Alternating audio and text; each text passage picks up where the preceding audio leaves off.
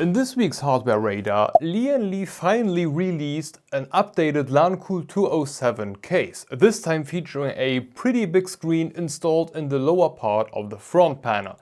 It's just not everybody got a working one. Ignoring the unfortunate events that led to me not making a review on time, this new case with an MSRP of $110 features two pre-installed 140mm front fans and keeps the redesigned motherboard and PSU area known from the original Lancool 207, plus the broken 6-inch LCD screen, but let's just stop poking for today. Be Quiet also released something quite unsurprising. After its parent company Listan bought and devoured the keyboard company Mountain, known for like one real product, they re-released a very similar product but with a Be Quiet skin. The Dark Mount and Light Mount are Be Quiet's first keyboards, one featuring everything that the Mountain Everest Max had to offer, like the detachable numpad with like little Stream Deck-like switches and a mini screen giving you a whole bunch of system info next to the media control buttons. And the Light Mount is the spec-down version of that, now without a screen or any detachable numpad, but therefore with a 3D media wheel. Not sure why that 3D part was necessary, but yeah, here we are. For now, both of these are available with linear and tactile switches, but with just like a very small number of layouts and a quite hefty price tag. Unlike the new budget System Power 11s from Be Quiet, these are ranging from 450 to 750 watts and feature up to 3 PCIe 8 pins and a 12 volt 2x6, and judging by the 80+ bronze rating paired with the modularity of a brick, these are more aimed towards people building in the entry-level segment, but who want to still use a beefy current gen GPU. But hey, at least the price doesn't hurt too much, though it could have been better for a budget one. Then we got a whole bunch of Corsair stuff, like the new CSL Elite Porsche Vision GT steering wheel, yes, incredibly long name, released by the daughter company Fanatec. I hope I pronounced that right. This clearly not Porsche-sponsored thing is apparently inspired by the Vision Gran Turismo concept car known from Gran Turismo 7.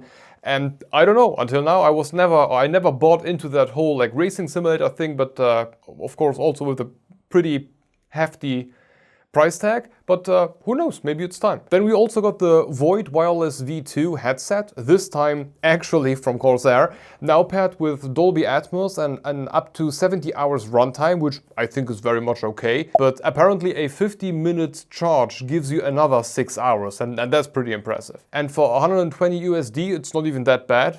I know worse. The one thing that just puts me off here is that microphone. It doesn't look like it's detachable, or at least the website doesn't say anything about it. It can just move. That's all I know. And that's like not enough. It should be detachable. And as the last Corsair thing, we got an updated HX1500i and 1200i, now featuring a ton of buzzwords that do not mean anything, like debossed design and low-profile cable comms. What the hell are low-profile cable comms? Thankfully, then we got an actual sentence saying that there are now two 12-volt 2x6 cables included, and that the tip of the cable is now in another color, giving you what they call a visual confirmation of a safe connection, which, oh god, they could have done it so much better. That Corsair PSU already has IQ in it. Yes, IQ.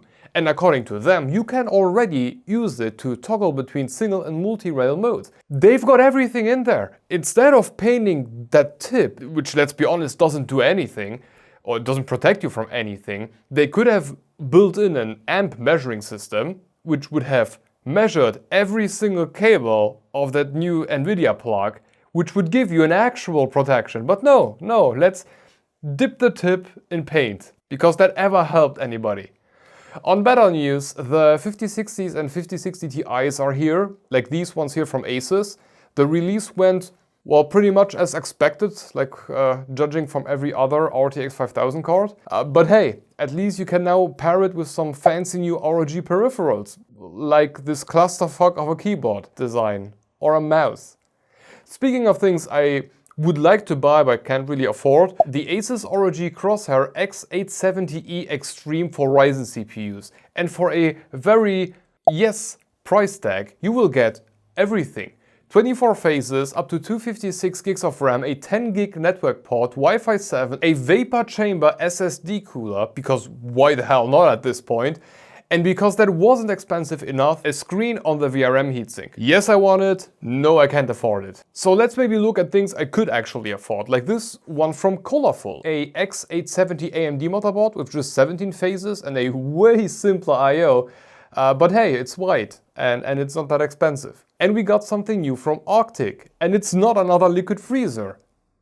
It's a bottle. Yeah, no, I'm serious. No idea what's up with Arctic lately, but next to the mini fridge from the last episode, and now they sell insulated bottles. Arctic, is everything okay? And as a last new thing, another honorable mention that I somehow missed in the last episode, we got a new fan from Antec called the Nova. It's a regular 120mm fan, but completely made out of LCP, and it can spin at up to 3200 RPM, which isn't even the impressive part. Ignoring the stats are fine. No, the thing is, there is a white one. A white LCP fan. Maybe they could give like Noctua a hint of how they did that. Just saying. And this would be everything for this week's hardware radar. If I missed anything or you want me to add another company to the radar, just comment down below. Oh, on a side note, we have a Discord server, so if you want to join, the link is down below. And we got channel membership, so if you are planning to sell your soul for an RG poop emoji, that's one way to go. But if not, I'm also releasing the content to all members 2 or 3 weeks in advance.